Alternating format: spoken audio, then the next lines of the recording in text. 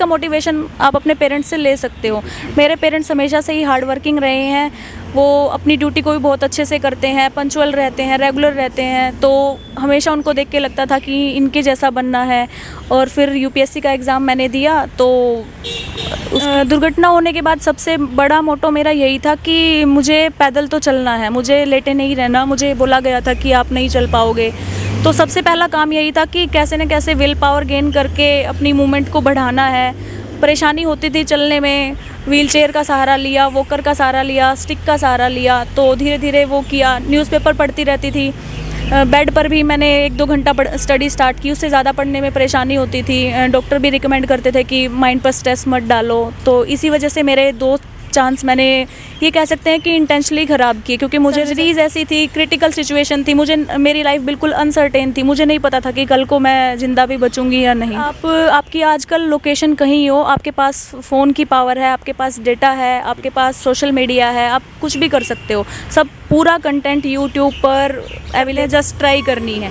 Human beings का nature है कि हम कुछ चीज़ें ऐसे ही करते हैं। माध्यम का फ़र्क नहीं पड़ता, आप कंसिस्टेंसी रखिए, पढ़िए और डरिए मत, खुद पर बिलीव करिए कि मैं कर सकता हूँ और मुझे करना। हो सकता है कोई सिर्फ माध्यम ना हो, कोई और वजह रही हो किसी चीज़ की, तो मुझे लगता है कि कुछ माध्यम का कोई स्पेसिफिक नहीं होना चाहिए कि इस माध्यम के स्टूडेंट सिलेक्ट नहीं हो। ऐसे किसी भी एग्ज़ाम के लिए आपके लिए कोचिंग मैंडेटरी नहीं है, आप उसका सिलेबस पढ़िए ध्यान से, रिक्वायरमेंट क्या है वो पढ़िए। आप मॉक टेस्ट घर पे ट्राई कर सकते हैं, आप रिवीजन कर सकते हैं, आपके पास टेलीग्राम होता है। कि लड़कियों पर बहुत ज़्यादा सोशल प्रेशर रहता है, सोशल रिस्ट्रिक्शंस रहती हैं हर टाइप की, उनको घर में भी, घर के काम में भी हाथ बटाना है, उनकी खुद की भी इच्छाएँ हैं वो भी फुलफ़िल करनी है, तो आपको इन सबको एक संजो के रखना होता है कि आपको अपनी फैमिली की भी रिक्वायरमेंट्स कंप्लीट करनी है। हेलो एवरीवन, दोस्तों जैसा कि आपको पता है कि यूपीएससी सीएससी 2020 का फाइनल रिजल्ट आ चुका है और इस बार रिजल्ट बेहद ही शानदार रहा। हमारे अनअकैडमी के थ्रू टॉप 20 में 7 लर्नर्स का सिलेक्शन हुआ है, बहुत खुशी की बात है, जिसमें सेकंड रैंकर जागृति अवस्थी और 9 रैंकर अपाला मिश्रा का जो अनअकैडमी की लर्नर्स रही हैं। यदि आप यूपीएससी सीएससी की तैयारी करना चाहते हैं तो आज ही अनअकैडमी का सब्सक्रिप्शन लीजिए और अपनी पढ़ाई को नया आगाम दीजिए। और हाँ, अनअकैडमी का न्यू बैच 29 को स्टार्ट होने जा रहा है, तो दोस्तों आज ही सब्सक्रिप्शन लीजिए। लेकिन अनअकैडमी आपके लिए हर सप्ताह न्यू बैचेस लाता रहा है। यह बैचेस 1 साल, 2 साल और फाउंडेशन कोर्सेज के लिए भी है। यदि आप 1 साल की तैयारी करते हैं तो आपकी लर्नर्स जर्नी 7+2+3 मंथ की होती है। यदि आप 2 साल की तैयारी करते हैं तो आपकी लर्नर्स जर्नी 2 साल की हो जाती है। तो दोस्तों यह बैच इंग्लिश और बाईलिंगुअल लैंग्वेज में है। इस बैचेस के द्वारा आपको सारे नोट्स, साथ ही साथ अगर आप चाहते हैं कि मैं डाउट्स क्लियर करूं तो आप रेज हैंड के माध्यम से आप अपने डाउट्स क्लियर कर सकते हैं। और साथ ही साथ एलएमपी के द्वारा अपनी पर्सनल कोचिंग से आप डाउट्स क्लियर कर सकते हैं और साथ ही आपको प्लस के सारे बेनिफिट मिल सकते हैं। तो दोस्तों देरी मत कीजिए, और अभी 3 दिन शेष बचे हैं जो अनअकैडमी की साइट पर बहुत ही कम प्राइस में है। आज ही सब्सक्रिप्शन लीजिए और अपनी पढ़ाई को नया आगाम दीजिए। Unacademy, let's crack. तो आप सभी को नमस्कार और आप सभी का स्वागत है हमारे यूट्यूब चैनल पर। दोस्तों जैसा कि आप सभी को पता है कि हाल ही में यूपीएससी का रिजल्ट आया है और उस रिजल्ट में हमारे साथ प्रीति मैम है और इन मैम का आखिर यूपीएससी में 751 रैंक के साथ अंतिम रूप से चयन हुआ है। आज हम इस वीडियो में कवर करने वाले हैं कि मैम की स्ट्रगल लाइफ क्या थी, और साथ ही साथ इस वीडियो में हम कवर करने वाले कि प्रीलिम्स, मेंस और इंटरव्यू की स्ट्रेटजी क्या थी, मैम ने कोई कोचिंग ज्वाइन की, और बहुत सारे सवाल जो आपके दिमाग में चल रहे हैं आज हम इस वीडियो में कवर करने वाले हैं। मैम सबसे पहले आपको बहुत बहुत बधाई। Thank you sir. मैम सबसे पहले आपका नाम और एजुकेशनल बैकग्राउंड के बारे में बताइए। सर मेरा नाम प्रीति बेनीवाल है, मैंने कुरुक्षेत्र यूनिवर्सिटी से एमटेक की है इलेक्ट्रॉनिक्स एंड कम्युनिकेशन इंजीनियरिंग में। ओके मैम, जिस टाइम यूपीएससी का रिजल्ट आया था तब उस लिस्ट में आपका नाम था, उस टाइम आपके घर में और आसपास पड़ोसी का क्या रिएक्शन रहा?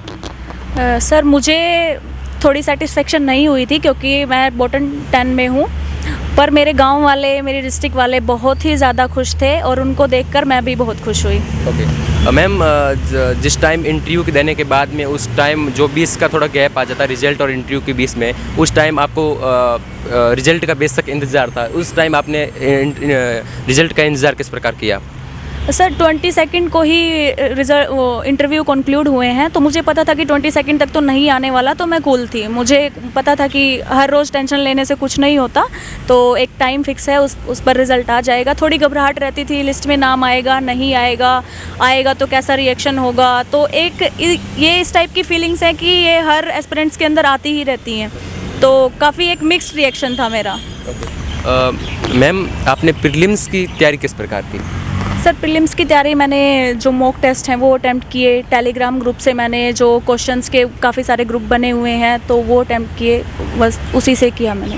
ओके मैम, प्रीलिम्स के लिए आप कोई बुक सजेस्ट कर सकते हैं हमारे ऑडियंस को? सर बुक लिस्ट सबको पता है, बुक लिस्ट का एक अगर आप गूगल पे सर्च करेंगे या यूट्यूब पे सर्च करेंगे तो एक सिलेक्टेड बुक लिस्ट आ ही जाती है, वही सब लोग फॉलो करते हैं। बस अपना कंटेंट लिमिटेड रखिए और उसको रिवाइज कीजिए। ओके मैम, जैसा कि मैंने न्यूज़पेपर में पढ़ा था, आप एक कलरक पे जो पहले पोस्टिंग थी आपकी, उसके बाद में धीरे धीरे करते आप अभी आप एक अच्छी जॉब की, उसके साथ साथ आपने पढ़ाई यूपीएससी की पढ़ाई किस प्रकार की?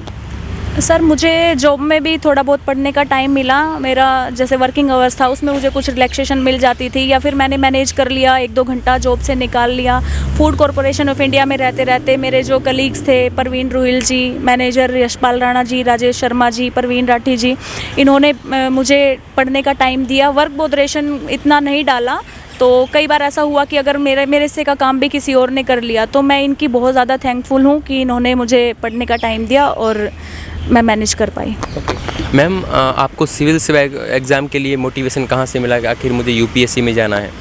सर इसका मोटिवेशन मुझे अपने मम्मी पापा से ही मिला है। वो हर चीज़ का मोटिवेशन आप अपने पेरेंट्स से ले सकते हो। मेरे पेरेंट्स हमेशा से ही हार्ड वर्किंग रहे हैं, वो अपनी ड्यूटी को भी बहुत अच्छे से करते हैं, पंचुअल रहते हैं, रेगुलर रहते हैं, तो हमेशा उनको देख के लगता था कि इनके जैसा बनना है। और फिर यूपीएससी का एग्ज़ाम मैंने दिया तो उसकी भी सक्सेस का श्रेय मेरे मम्मी पापा, मेरे भाई भाभी और मेरी सुमन बुआ को जाता है। मैम, जैसा कि आपने बताया कि आपका पैर में फ्रैक्चर हो गया था, 14 ऑपरेशन हुए थे, उसके बाद में भी आपने यूपीएससी की तैयारी किस प्रकार की और अपने आप को मोटिवेट किस प्रकार रखा? सर दुर्घटना होने के बाद सबसे बड़ा मोटो मेरा यही था कि मुझे पैदल तो चलना है, मुझे लेटे नहीं रहना। मुझे बोला गया था कि आप नहीं चल पाओगे, तो सबसे पहला काम यही था कि कैसे न कैसे विल पावर गेन करके अपनी मूवमेंट को बढ़ाना है। परेशानी होती थी चलने में, व्हीलचेयर का सहारा लिया, वॉकर का सहारा लिया, स्टिक का सहारा लिया, तो धीरे धीरे वो किया। न्यूज़पेपर पढ़ती रहती थी, बेड पर भी मैंने 1-2 घंटा स्टडी स्टार्ट की, उससे ज़्यादा पढ़ने में परेशानी होती थी। डॉक्टर भी रिकमेंड करते थे कि माइंड पर स्ट्रेस मत डालो, तो इसी वजह से मेरे 2 चांस मैंने ये कह सकते हैं कि इंटेंशनली ख़राब किए, क्योंकि मुझे रिज़ल्ट पता था, फिर भी मुझे ये था कि एक बार मुझे अपीयर होना है, क्योंकि सर्जरीज ऐसी थी, क्रिटिकल सिचुएशन थी, मेरी लाइफ बिल्कुल अनसर्टेन थी, मुझे नहीं पता था कि कल को मैं ज़िंदा भी बचूंगी या नहीं, तो इस वजह से मेरे 2 चांस ख़राब हुए। फिर 2019 में मैंने एक सीरियस अटैम्प्ट दिया, वो मेरा नहीं हुआ। 2020 में मेरा सिलेक्शन हुआ। मैम, जैसा कि आपने पूरी पढ़ाई अपने गांव में रहकर प्रिपरेशन की और बहुत सारे स्टूडेंट्स हैं हमारे जो गांव में रहकर पढ़ाई कर रहे हैं, उनको क्या संदेश देना चाहेंगे आप? सर आपकी आजकल लोकेशन कहीं हो, आपके पास फ़ोन की पावर है, आपके पास डेटा है, आपके पास सोशल मीडिया है, आप कुछ भी कर सकते हो। सब पूरा कंटेंट यूट्यूब पर अवेलेबल है, इतनी वीडियोस है, हर कोचिंग इंस्टीट्यूट ने अपनी फ्री वीडियोस प्रोवाइड कर रखी हैं। यूट्यूब पर स्टडी मटेरियल है, टेलीग्राम चैनल बने हुए हैं, तो आपके पास कंटेंट इतना है कि आप सारा पढ़ भी नहीं पाते। तो अवेलेबिलिटी की तो बात आजकल रही ही नहीं है कि आपको स्पेशली किसी मेजर सिटी में, दिल्ली जैसे शहर में आना पड़ेगा, तो आप अपनी लोकेशन पर भी स्टडी कर सकते हैं। मैम, जैसा कि आपने बताया कि आपका ये आखिर 4th अटेम्प्ट में सिलेक्शन हुआ है, तो मैम 3 अटेम्प्ट में आखिर क्या गलतियाँ रह गई जो हमारे न्यू एस्पिरेंट को नहीं दोहरानी चाहिए? सर गलतियाँ मैं पहले 2 अटेम्प्ट का कह सकती हूँ कि मुझे पता था रिज़ल्ट, कुछ हमें पता होता है कि कुछ चीज़ हम इसलिए ट्राई करते हैं, जस्ट ट्राई करनी है। ह्यूमन बींग्स का नेचर है कि हम कुछ चीज़ें ऐसे ही करते हैं। तीसरा अटैम्प्ट में मुझे लगता है मेरा प्रीलिम्स नहीं हुआ था, तो मेरी नेगेटिव मार्किंग ज़्यादा हुई है मेरे हिसाब से, तो मैंने अटैम्प्ट ज़्यादा कर दिए थे, तो वही गलती रही। आपको जितना आता आप उतना एग्ज़ाम करिए और रिवीजन जारी रखिए। मैम हिंदी माध्यम के बहुत सारे स्टूडेंट जो सी सेट से लेकर बहुत डर लगता है उनको, फोबिया नामक रोग हो जाता है उनको, ऐसा मतलब अंदर बहुत डर लगता है मैं क्लियर करूँगा नहीं करूँगा, क्योंकि IIT वाले बहुत सारे स्टूडेंट जो इस होड़ में दौड़ रहे हैं, तो आप उनके लिए क्या सजेशन देना चाहेंगे? सर माध्यम हिंदी हो या इंग्लिश हो कोई फ़र्क नहीं पड़ना चाहिए। मुझे लगता है हिंदी माध्यम के स्टूडेंट भी काफ़ी एबल हैं और वो भी काफ़ी इंटेलिजेंट है। जो जिनका सिलेक्शन नहीं हुआ है मैं उनको भी काफ़ी इंटेलिजेंट मानती हूँ कि उनके जैसा भी नहीं है कोई। तो जितने भी स्टूडेंट्स हैं जो इसके लिए सीरियसली स्टडी करते हैं वो सब एबल हैं इस एग्ज़ाम के। जिनका सिलेक्शन हुआ है सिर्फ वही नहीं। और माध्यम का फ़र्क नहीं पड़ता, आप कंसिस्टेंसी रखिए, पढ़िए और डरिए मत, खुद पर बिलीव करिए कि मैं कर सकता हूँ और मुझे करना है। मैम जैसा कि अभी इस UPSC में बहुत सारे स्टूडेंट 700 समथिंग ऐसा सिलेक्शन हुआ है, मात्र हिंदी मीडियम में 30 स्टूडेंट ही सिलेक्ट हुए हैं। इसके पीछे आपको क्या कारण लग सकता है, आखिर क्यों सिलेक्शन नहीं होता जा रहा हिंदी मीडियम का?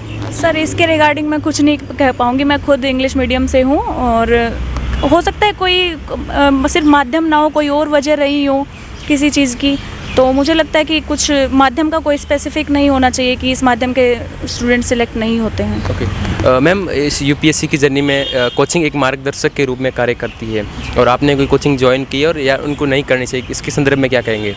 सर कोचिंग मैंडेटरी नहीं है किसी भी एग्ज़ाम के लिए, नॉट ओनली फॉर UPSC। किसी भी एग्ज़ाम के लिए आपके लिए कोचिंग मैंडेटरी नहीं है। आप उसका सिलेबस पढ़िए ध्यान से, रिक्वायरमेंट क्या है वो पढ़िए। आप मॉक टेस्ट घर पे ट्राई कर सकते हैं, आप रिवीजन कर सकते हैं, आपके पास टेलीग्राम ग्रुप्स है, सब कंटेंट अवेलेबल है, तो आप वहाँ से करिए। अगर आपको नहीं, आपका ये है कि भाई आपको कोचिंग से ही होगा, एक मेंटालिटी हो जाती है स्टूडेंट्स में कि नहीं कोचिंग के बिना नहीं होगा, तो ये एक मिथ है। मुझे लगता है कोचिंग एक मिथ है। आप घर पे रह के अपना तैयार कीजिए और निश्चित सफलता मिलेगी आपको। मैम आप एक गर्ल्स होने के नाते और हमारे बहुत सारे यूजर जो गर्ल्स है गांव में रहकर प्रिपरेशन करती है और गांव का काम भी करती है, उसके साथ साथ आपने पढ़ाई किस प्रकार की, आप क्या कहना चाहेंगे? सर मुझे लगता है कि लड़कियों पर बहुत ज़्यादा सोशल प्रेशर रहता है, सोशल रिस्ट्रिक्शंस रहती हैं हर टाइप की। उनको घर में भी, घर के काम में भी हाथ बटाना है, उनकी खुद की भी इच्छाएं हैं वो भी फुलफ़िल करनी है। तो आपको इन सबको एक संजो के रखना होता है कि आपको अपनी फैमिली की भी रिक्वायरमेंट्स कंप्लीट करनी है।